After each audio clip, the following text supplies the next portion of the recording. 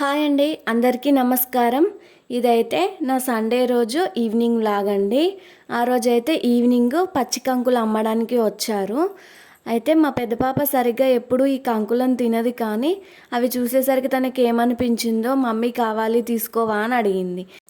తను లేక లేక తింటా అని అనేసరికి నాకు కూడా తీసుకోవాలనిపించింది, తీసుకున్నాం. ఇప్పుడైతే ముగ్గురం కలిసేసి ఆ పచ్చి కంకులు ఒలుద్దామని చెప్పేసి కూర్చున్నాం. అయితే నేను ఆ పచ్చికంకు పొట్టు తీస్తుంటే మా పెద్ద పాప నేనే తీస్తాను మమ్మీ నువ్వు తీయకు అని చెప్పేసి తను ఒక కంకి తీసుకొని తన ప్రయోగాలు తను చేస్తూనే ఉంది. వాళ్ళ అక్కని చూసి వాళ్ళ చెల్లె కూడా ఏదో ఒక ప్రయోగం చేయాలి కదా అని చెప్పేసి తను కూడా ఒక కంకి పట్టుకొని ఏదో ఒకటి చేస్తా అన్నట్టుగా చూస్తుంది. నేను పొట్టు తీసినవి ఉన్నాయి కదా, అవి తీసుకొని తన నోట్లో పెట్టుకొని ఒక్కొక్క ఇత్తు నోట్లో పోయిన కొద్దీ తింటుంది. కానీ కడుపున వస్తుంది కదా, అందుకే దాన్ని లాగేసుకున్నాను కంకిని. వాళ్ళు చిన్న చిన్న యాక్టివిటీస్లో కూడా మనం పార్టిసిపేట్ చేయిస్తూ ఉండాలి. ఎందుకంటే వాళ్ళకు కూడా తెలియాలి కదా, మనమే అన్నీ చేసేసుకుంటూ వెళ్ళిపోతే వాళ్ళకేం తెలుస్తుంది. రేపు ఫ్యూచర్లో ఏ పని చేసుకోవాలన్నా కానీ మనపైనే డిపెండ్ అవుతారు కదా. అట్లాంటప్పుడు వాళ్ళకి ఇలాంటి చిన్న చిన్న ఇంటి పనులు కూడా అలవాటు చేస్తూ ఉండాలి. ఈ కంకులు ఒలవడానికి అయితే ఒక ప్లేట్ తీసుకురమ్మని చెప్పేసి పాపకి చెప్పిన, తను వెళ్ళి ప్లేట్ తీసుకొస్తుంది. అవి సింపుల్గా ఒలవాలంటే మధ్యలోకి విరుచుకొని ఒలిస్తే తొందరగా అయిపోతుంది. అది ఒలవడం అయిపోయిన తర్వాత చిన్న పాప పడుకుందండి. తనని పడుకోబెట్టేసి మేమైతే ఈ కంకులు అప్పాలు చేద్దామని చెప్పేసి స్టార్ట్ చేసినాం. పెద్దామని పడుకోమంటే తను పడుకోలేదు. ఆల్రెడీ ఈవినింగ్ టైం కదా, చిన్నామె అలసిపోయిందని చెప్పేసి పడుకుంది, కానీ పెద్దామె పడుకోలేదు. పెద్ద ఆమెకి నిద్ర వస్తే తొందరగా పడుకుంటుంది, కానీ నిద్ర రాలేదనుకోండి గంట అయినా 2 గంటలైనా మనం ఎంతసేపు పడుకోబెట్టినా కానీ తను అస్సలు పడుకోదు. ఈరోజు కూడా అట్లానే జరిగింది. తను ఎట్లాగో పడుకోదు కదా అని చెప్పేసి మేమైతే ఇవి చేయడం స్టార్ట్ చేసినాం. అయితే ఈ కంకుల్లో ఒక 5-6 పచ్చిమిర్చి, అలాగే వెల్లిపాయలు, కొద్దిగా జీలకర్ర కూడా వేస్తాను. అలాగే ఒక 5-6 స్పూన్స్ చక్కెర వేసాను, కొద్దిగా సాల్ట్ వేసుకున్నాను. ఇవన్నీ వేసుకొని మంచిగా మెత్తగా మిక్సీ పట్టేసుకోవాలి. ఇలా మిక్సీ పట్టుకున్న వాటిలో శుభ్రంగా కడుగుకున్న కరివేపాకు అలాగే కొత్తిమీరాకు వేస్తున్నాను. నేను ఎప్పుడైనా స్నాక్స్లో ఇలా కరివేపాకు ఎక్కువగానే యాడ్ చేస్తాను, ఎందుకంటే కరివేపాకుతో టేస్ట్ బాగుంటుంది. నార్మల్గా అయితే కర్రీస్లో ఎక్కువ కరివేపాకు తినరు, కానీ ఇట్లాంటి స్నాక్స్లో టేస్ట్ బాగుంటుంది కదా, అందరూ ఇష్టంగా తింటారు. ఇప్పుడు ఇందులో కొద్దిగా వంట సోడా కూడా వేస్తున్నాను. వంట సోడా వేసుకొని మంచిగా అంతా కలిసేలా కలుపుకుందాం. ఇది ఇలా కలుపుతుండగానే పక్కకు ఆయిల్ కూడా వేడి చేశాను.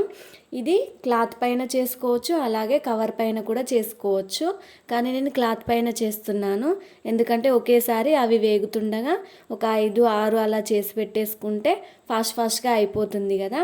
అందుకోసం నేను ఒక 5-6 క్లాత్ పైన చేసి పెట్టుకొని ఈ ఆయిల్ వేడెక్కిన తర్వాత ఒక్కొక్కటిగా ఇందులో వేసుకోవాలి.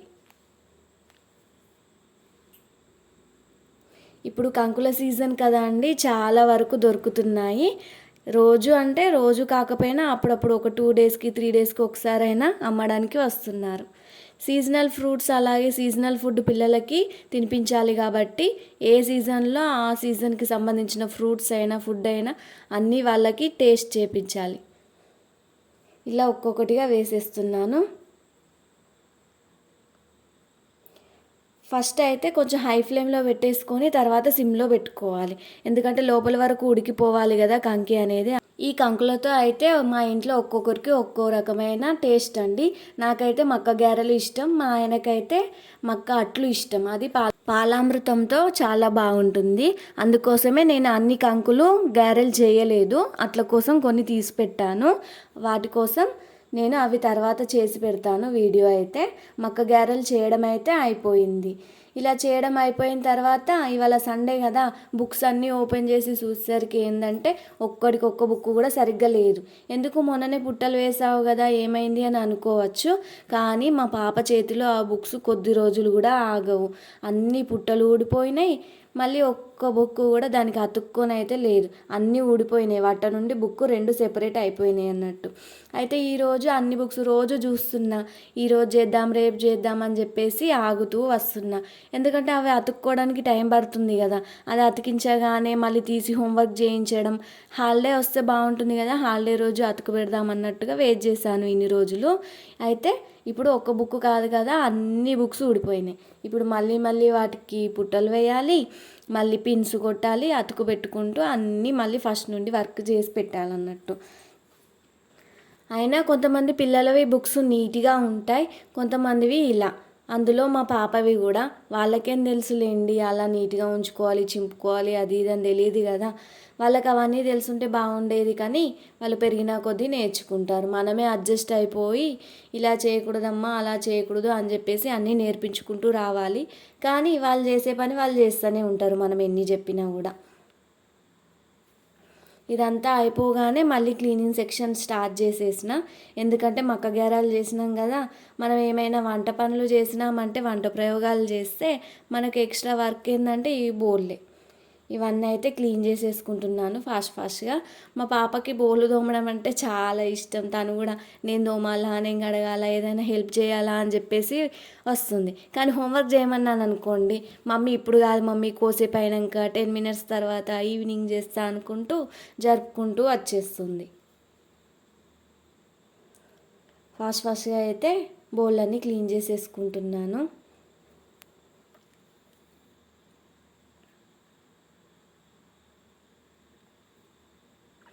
ఈ మక్క గారెల్లోకి చికెన్ కూర కాంబినేషన్ చాలా బాగుంటుంది, ట్రై చేయండి. అలా చికెన్ కర్రీ నచ్చని వాళ్ళు కూడా మయోనీస్తో టేస్ట్ చేయండి, చాలా బాగుంటాయి. మేమైతే ఈరోజు మటన్ కర్రీ చేసుకున్నాం. ఈ మక్క గారెల కాంబినేషన్ వచ్చేసి మటన్ కర్రీయే.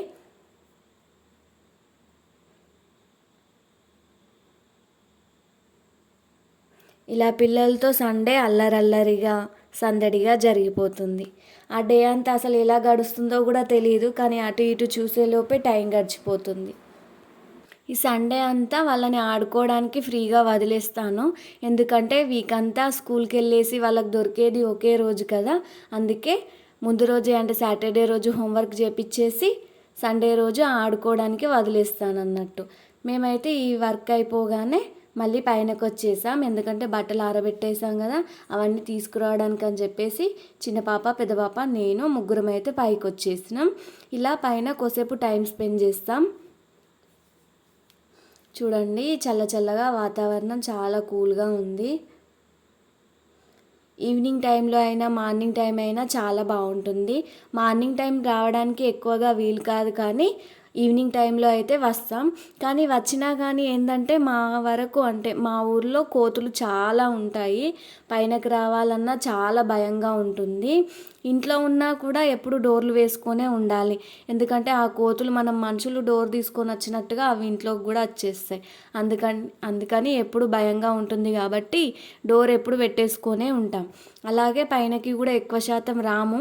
ఈ బట్టలు ఆరబెట్టేయడానికి లేదంటే తీసుకెళ్ళడానికి అలా 2 times మాత్రమే పైనకు వస్తాం.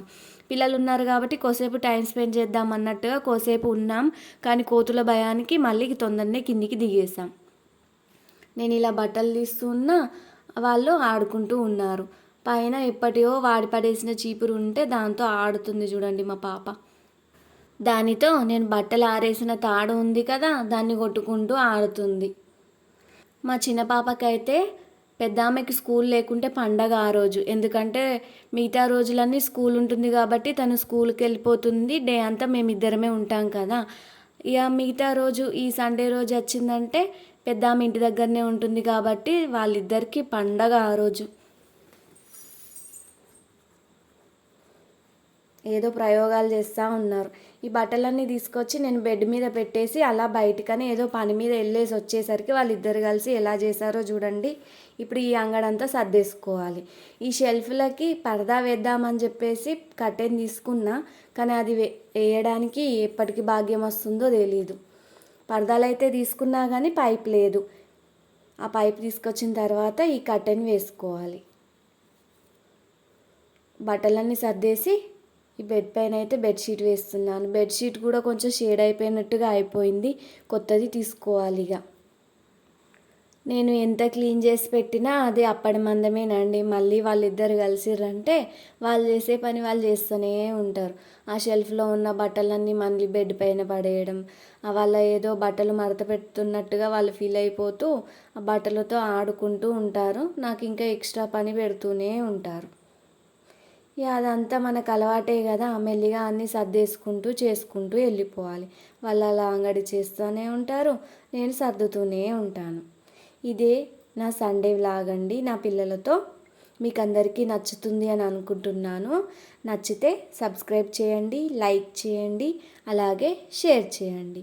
నేను ఇలాగా సర్దుతున్నానో లేదో మా చిన్న పాప మళ్ళీ వస్తుంది, మళ్ళీ అంగడి పెట్టడానికి.